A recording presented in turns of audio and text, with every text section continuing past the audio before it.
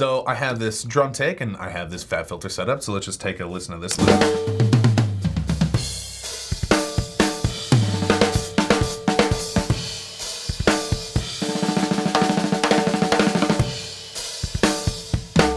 Okay, so got this drums, right? I'm a drummer. I want to listen to some drums. Drums are fat. Drums are usually some of the hardest to wrangle in terms of compression and EQ. There's so many mics, so many things going on.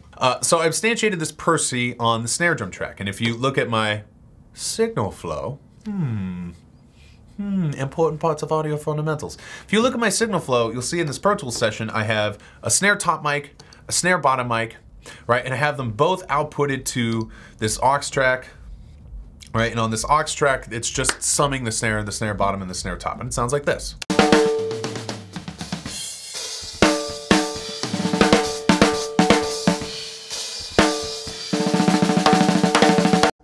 For those of you who are very observant, you'll probably notice that the snare was actually compressed upon tracking.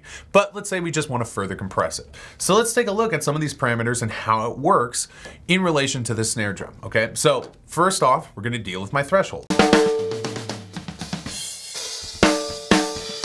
Right now, the threshold is doing nothing, right? Because my ratio is set to 1:1. So for every one input, I'm getting one output. So nothing's happening, okay? But I'm gonna turn this ratio up to our magic number from before, 4:1, okay? I'm gonna, for now, leave the attack and release times as quick as possible. We'll deal with those in a second, okay? And I'll turn this auto off because we haven't talked about output yet. Okay, so now I'm gonna start to change my threshold, and you can see on my graph on the left-hand side of the Fab Filter Pro C, right? It looks just like the graphs we made beforehand. We have the input on the bottom and the output on the left-hand side. And this little point where the bend in the line occurs, right, where we have a change in rate, right, that's my threshold point, okay? And that change, that line slope, is dictated by my ratio. So let me pull the threshold all the way up. You see it says 0 dB. We're gonna only go into negative numbers, right, because we're dealing with something called dB full scale. Hold off on that term for a second.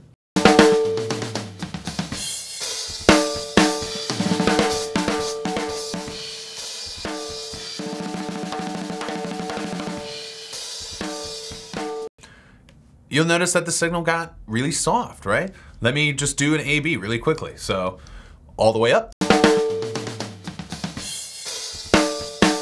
all the way down.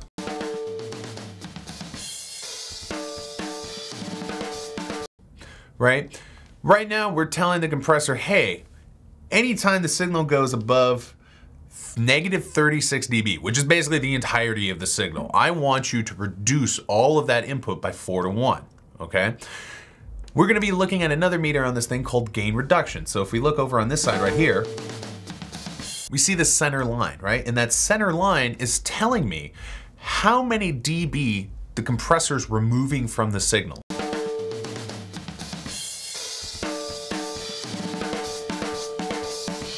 So it's somewhere around 20 decibels of signal being removed from this snare drum because I have the threshold set so low, right? All the way down here, right? If we look at just the normal level of the signal, we can see that it's peaking at around -6 decibels. But so by setting this threshold all the way down to -36, right? I'm affecting all of the signal, and I'm affecting it at 4:1 ratio, right? So that is giving me this output, right, where I'm reducing around -20 dB from that signal, okay? Now, if I change that ratio, it's gonna be a little bit louder, right?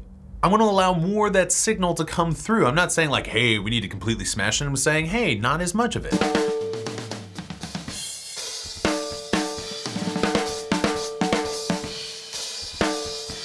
And you can see now I've changed this ratio, it's at 1.5 to 1, right? So for every 1.5 in, I'm gonna allow 1 dB out, right? And my gain reduction's only at around -6 dB now.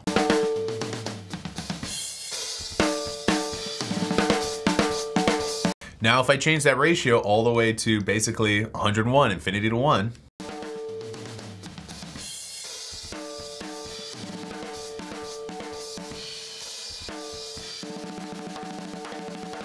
right? Nothing is getting past that threshold. It's saying everything, no, you're down. Okay, sweet. So threshold and ratio in the wild, experiencing it, okay? Now let's start dealing with attack and release. So I'm gonna pull this guy back up and we'll set it to like, let's just double click, 5 to 1, right? Set this threshold up all the way and let me just kind of set these levels. I'll talk about doing this in a second.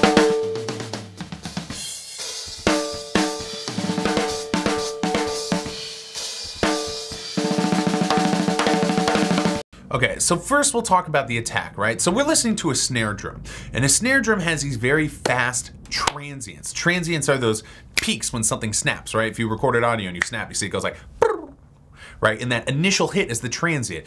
A soft singer going like, oh, they're gonna have very slow transients, right? Snare drum, it's in and it's out. Fast transient, okay? So right now the attack time is set up so the moment that transient comes across, it's like, no, right? But I can reduce the attack time. Remember, the attack time is the rate at which the compressor is going to be affecting the signal above the threshold.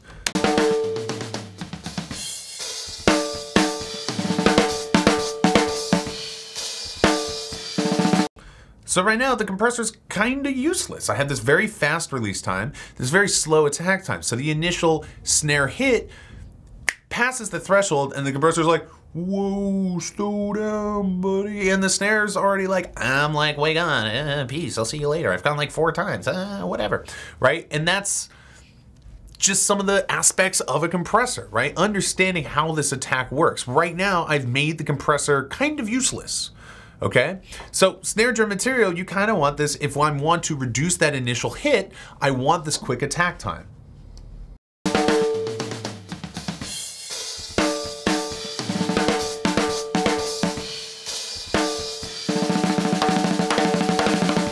Okay, and I have this very quick release time on the backside, right? The snare comes in, and then I open up the compressor, right? And what I've basically done at this point is I've taken the very beginning of the snare, reduced it down a little bit to match the volume of the back end of the snare. I'll do it a little bit more, increase that, reduce this ratio a little bit. And now what I'm gonna do is I'm gonna pull back the release. No, I'm gonna leave the release exactly where it is, okay?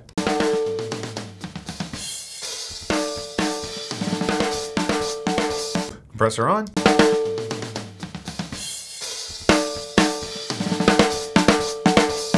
Compressor off, right? And what I want you to focus on is those snare hit versus the bleed from the rest of the kit, those toms, the cymbals, and compare and contrast those volumes.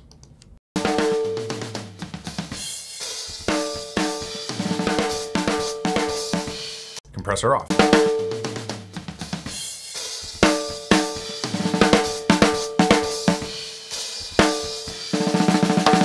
Okay, so again, I'm taking that initial sound and reducing it down, right? I have the attack set really fast, right? So I can grab that transient and pull it back, right? If I wanted to let more of that snare hit out, or I could, I'll hold off on that topic. We'll talk about that when it gets to envelope shaping and things like that, when we get to vocals and stuff, okay? We got a couple more parameters on the compressor to go through though, okay? Because we skipped 3 parts, right? The first part we'll talk about is the knee. Okay, so if I go back to the lovely slideshow that we have here, we can talk about 2 different types of knee, hard knee and soft knee. Now, remember, the threshold is the point at which the compressor is going to activate. What the knee is doing is it's basically saying, yeah, that threshold thing, we're going to kind of move it around a little bit. We're going to push it a little bit lower. And it's going to make it so that the compressor, when it passes the threshold, right, that attack, that ratio, all those settings, it's going to get into those a little bit slower. It's like if I was sitting on the compressor and actually manually controlling how these things were, how the attack, how the release, how the ratio, how the threshold were all going to affect the signal. And I have like 4 hands. I'm able to turn all knobs really, really quickly, okay? It's just kind of allowing the signal to easily get in if I have this soft knee. You can see the 2 curves, the dark green, hard knee, the light green, the soft knee. The hard knee generally is how compressors work. We'll say generally because, again, all compressors are slightly different and stuff like that. The moment it passes that threshold, the attack time says, hey, we have this ratio 4 to 1. How quickly can I get to it? When I set that soft knee up, Remember this rubber band analogy, right? With the hard knee, it comes right at the rubber band, and the rubber band's like, oh, okay, I'll start working on you. With the soft knee, imagine something's flying towards the rubber band and you kind of put your arm out and then pull back with the rubber band, right? Kind of ease into it. The difference between somebody falling and hitting the ground and somebody falling and hitting a trampoline, that's kind of cushioning them, right? That's the concept behind it. So the soft knee is taking all these parameters and like pulling them back a little bit and automatically moving all of them to make this gradual change easier. Now, when we're listening to snare drum content, it's not gonna be as noticeable. When we get into vocals and things like that, when we start talking about compressors as envelope shapers, super, super important. But that's what a knee is, that's what it's doing. On the snare drum content, not gonna be as relatable. Again, envelopes, vocals, we'll get way more into it. The next two parts are this.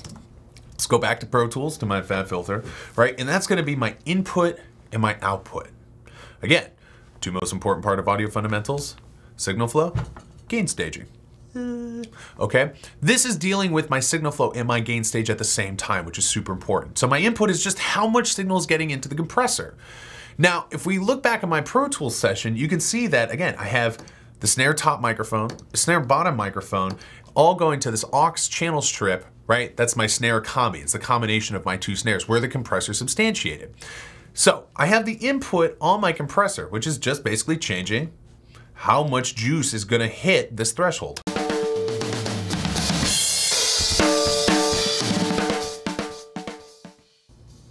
It's a gain stage, but I can do the same thing with my Pro Tools session.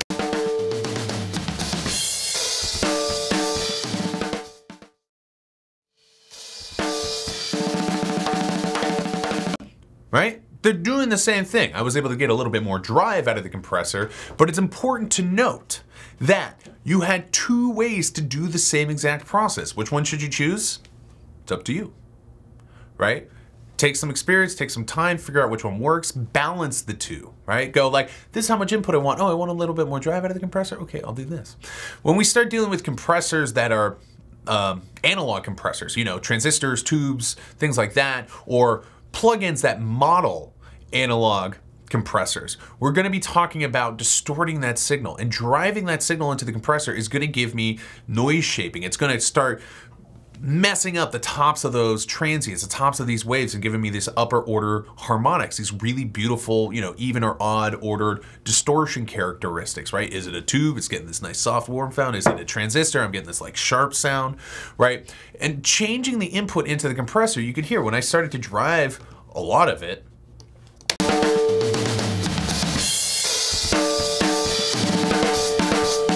I'm distorting it, and there's a lot of distortion characteristics, and that's cool, and that gives you that John Bonham type sound when we're using a compressor called 1176, all buttons mode in, and just driving it, right? And it sounds great, but understanding that you can drive it, get that cool sound, but if you want that nice clean sound, you can pull it back. So that's the input. The output side of it is really important because we want to do this. Remember, compressors control dynamic range, so to say, right? They can control dynamic range. So I'm taking this peak transient and I'm pulling it down, right? Let me go to this camera. And I'm pulling it down, right? And if that's all I've done,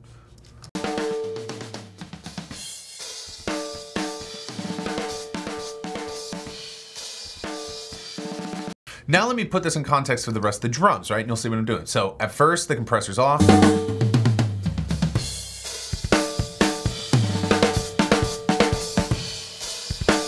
Right, now I'm gonna put it on and listen to the level of that snare drum.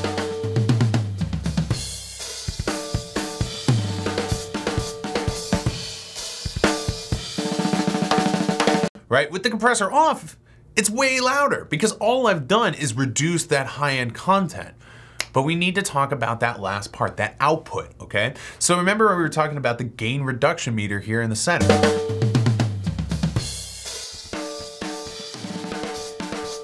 And we see that I'm pulling out about 16 dB of signal.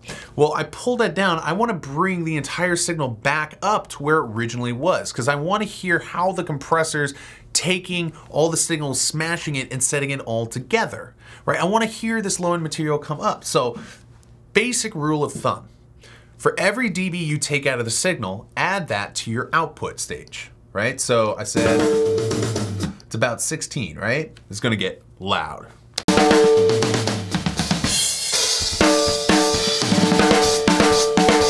So it's really loud now, right? Did I add too much output on my compressor? No. No, because again, let's go back to two most important part of audio fundamentals, signal flow and gain staging, right? Two snare tracks, snare top, snare bottom, flowing into an aux track that the compressor is substantiated on right there. And I have the output of the compressor, but let me look at this meter, right? That the meter on my Pro Tools track is hitting. Doesn't look too loud. Yes, I'm getting a little yellow on my clip for my peak measurements and stuff like that. So maybe I can pull it down just a hair. Whatever, that's fine, right? But I can take this signal, this meter, this fader, and pull that down.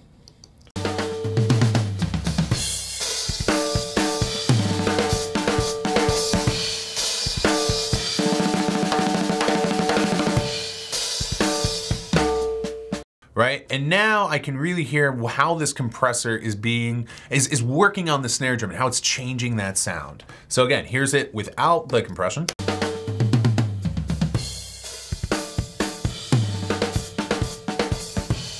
Right, we get that pop, pop. It's a very poppy sound, right? Now let's listen to it with the compressor. Pull that release back a little bit just for example's sakes.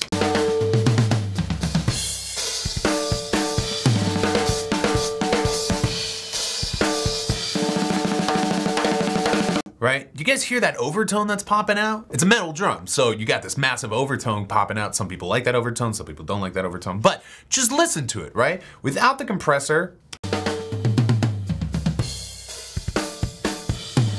again, the snare's like pop, pop. With the compressor,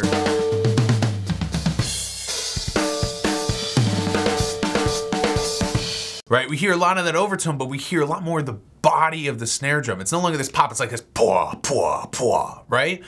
You guys in the house scene, right? You listen to like Roykstop or something like that, you know, they have these fat snares where they're just like deep, low, thuddy, and like, whoa. They're almost like gated, right? Gated reverb from the 80s, but it's not gated. It sounds way better than that. There's just this long, continuous, low fatness, right? Because again, if we look, let me pull all these guys out, at the wave shape of my snare drum, we could see that it's just this very quick thing. And what I've done is I smashed it and made it look more like a little ice cream sandwich, right? So it's not like a pop, pop. Again, it's now more like doo, doo. So once more without the compressor.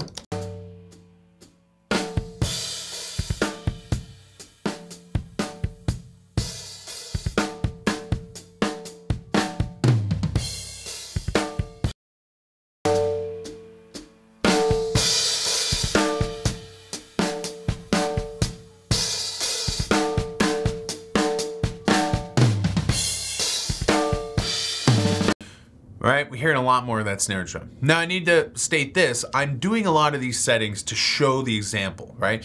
So I'm exaggerating a lot of the things. Would I actually do this on the snare drum? No. But this video is about understanding those basics, right? Understanding threshold, right? When the compressor turns on. Ratio, how much of the signal is going to be affected, right? For every 4 dB in, 1 dB out. Attack time, the moment the compressor activates, the amount of time it takes for the compressor to reduce your signal 2/3 of the way to its desired level, right? So again, that 4 to 1, it wants to take every 4 in, reduce it to 1 out. It's taking that, how much time is it going to be able to get 2/3 of the way from 4 to 1? Again, that release time. Okay, the moment the signal backs away, how quickly is the compressor giving gain back to the signal, okay? And again, word of caution for those of you who've used compressors before and it's like, oh, the release doesn't occur until after the threshold. No, the threshold just says when do you turn on, and the attack and the release and the ratio all determine everything that happens afterwards. That threshold only is a turn on button, that's it. Everything else deals with turn off. So you're above the threshold, the moment that signal starts backing away, that release time starts working, right? And if you have this very quick release, it's like, okay, I'll give you all your signal back. And if you have this very slow release, it's like, no, you must take a while, okay? We have input gain, and we start dealing with analog modeling plugins, or you're actually using an analog unit like an LA2A, 1176, something like that.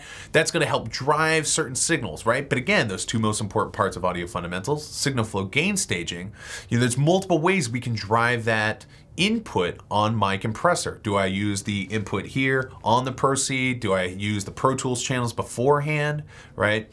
But the important part about, in this brief example, about gain staging is that output. I've taken away all of the signal from the compressor, right? I want to bump that compressor level back up because, again, it's dynamic range control.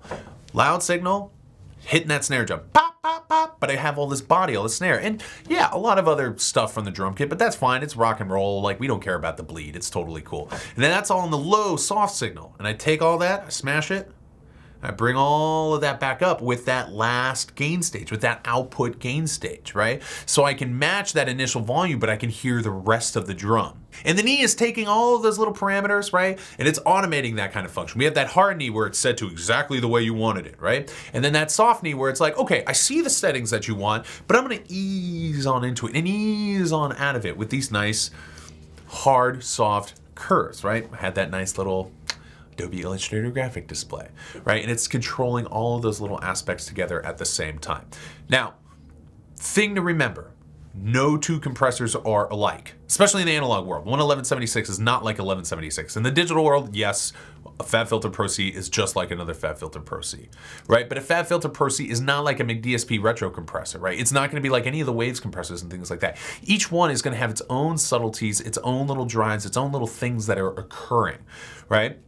That attack time, about 2/3 of, the time it takes the attack to reduce 2/3 of the signal, that is not defined. Nobody has that definition. That's something that's kind of like, the general sense of things and stuff, okay?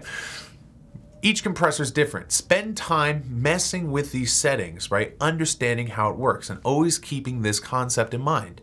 Compressors are like rubber bands. Michael Brower, thank you very much. Compressors are like rubber bands, right? That threshold is where the rubber band's set, and the attack and the release is how taut that rubber band is, what type of material, how quickly it goes in, how quickly it releases, and all those kinds of things. If you keep that in your brain, compressors will become a very, very, very powerful tool. So again, this is Pyramind, right? I'm Daniel. We're in San Francisco, as you can tell by the beard and the flannel, and hopefully I'll see you when we start talking about it as envelope shaping.